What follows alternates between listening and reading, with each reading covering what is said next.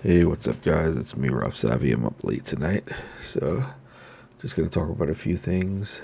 I'm actually just trying this out for the first time, to be honest. I tried not for the first time. I did a video earlier that was pretty good, but some nights I just can't sleep, so I stay up and I have all these really wild thoughts going through my head. Some of the thoughts I have are, a majority of them are about existence. Sometimes you have to just sit and wonder why you're here, and I'm sure everybody's done that at some point. But it really puzzles me each time, every time you get a moment of silence, my mind just goes into that place. But then again, I did a lot of meditation when I was younger. I still do every once in a while. And it kind of makes you, once you close your eyes or you shut your senses off, really, and the only thing that's working is the things that you see in your mind and the thoughts that go through your mind. So you get a chance just to filter it out and kind of assess what happened during the day. And for me, it's interesting. Recently, I've been thinking about my dog Whiskey that I had when I was younger, and I think I was like 11 or 12 years old when I got this dog. But I have a dog now, and his name is Nandi, a very beautiful dog. And I just remember my first dog Whiskey when I was 11, how he used to like stare at me and just would be laying there, he'd be looking right in my eyes. And as a kid, you kind of really enjoy that. And because it's like a way of connecting with another being. And at that time, I really had no one, so that was like my everything. And you'd be surprised, for me in my life, the people that hurt me the worst was people that I call family. And I guess even though I have those great feelings and those great memories with my dog Whiskey, then I have to think about the other part of it, where my father and his partner at the time took my dog, dropped it off in the woods, came back, and I couldn't find him. And I asked them where he was, and they told me that they went back to get him, and all they saw was blood everywhere, meaning that he got hit by a car. So you try to figure out why people would take the chance on doing that to, I was 11 years old, why they would do that to my dog, and it angered me a lot. Up to this day, I still think about Whiskey and still feel, you still feel it, but that's part of life, I guess. Um, life goes on, as they say, but I always pray all the time that wherever Whiskey is, that he's in bliss and happiness. I know it sounds kind of dumb if you don't have a pet, but for me, it's that, like I said, growing up the way I did, that was my friend, my best friend, literally. But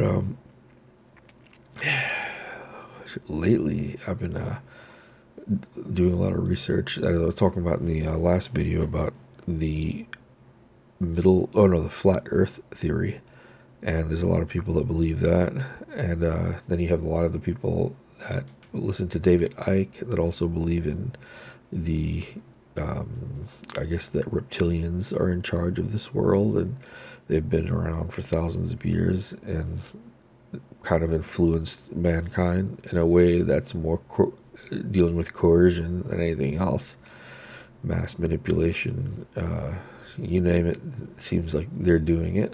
So these are some of the things that that I've been paying attention to and trying to look into, because even myself, like a lot of the studies that I do dealing with society, the societal issues and spiritual issues also, and even scientific issues, dealing with physics, you combine all these things together, and if you can do that, if you can read on these subjects and somehow,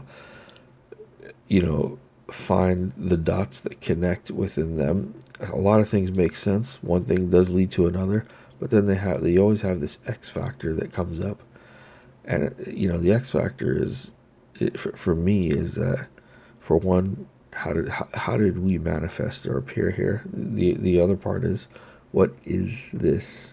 What is this place that we're in, and why? And I'm sure, like, again, I'm bringing that up from the very beginning of the conversation, because it does go through my head. I think about this stuff a lot. it seems like the people that are in control, or the beings, as David Icke says, that are in control of this realm, they're trying to keep the illusion alive for us so we don't see reality. And there's only a small group of people that control the masses. Now you have also a very small group of people that are self-realized, like yogis and stuff like this, and they see the truth. But a lot of them don't come out trying to get everyone to see the truth. It's really strange when you think about it, because you'd think that if they know something about reality and existence, that they'd be out there organized just as well as the people who are organized with the illusions that they're trying to perpetrate to us. You'd think there'd be this very organized community of people trying to help us in the situation, but it doesn't seem that way. It seems that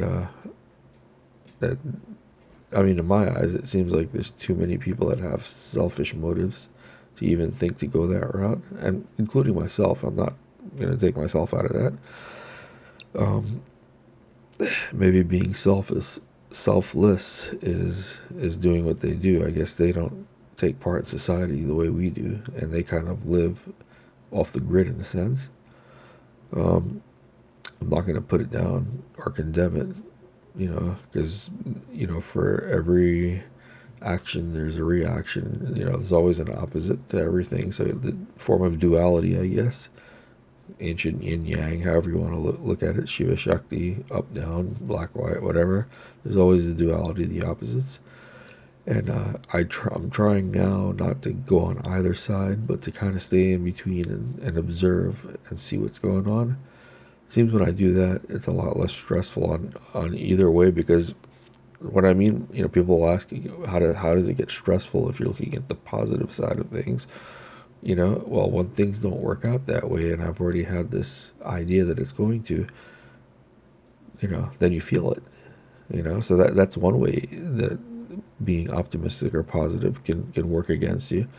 Now, being neutral and being more of the observer and really observing what's happening in life and trying to figure it out spiritually, empirically, through meditation, to me is a lot more fun. Is trying to take these random things such as life and my being here and all the circumstances and events, and trying to piece together from the micro to the macro, what is it that's going on.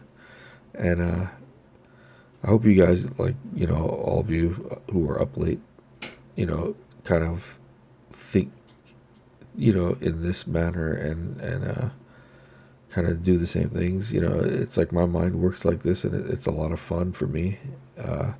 Sometimes you wish you had someone that you could really speak to on this level. My wife, me and her speak on this stuff every once in a while, but she's very quiet, and she works hard. She comes home and she's really tired, but when we do talk, she always has the most incredible things to say.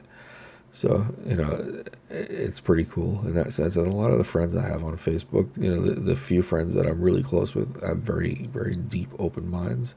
So that's always a lot of fun for me. But, all right. I'm going to probably make another video for one of my other channels. And I'll probably get back to you guys tomorrow again. Or maybe later, who knows, if I'm up. All right, have a good night.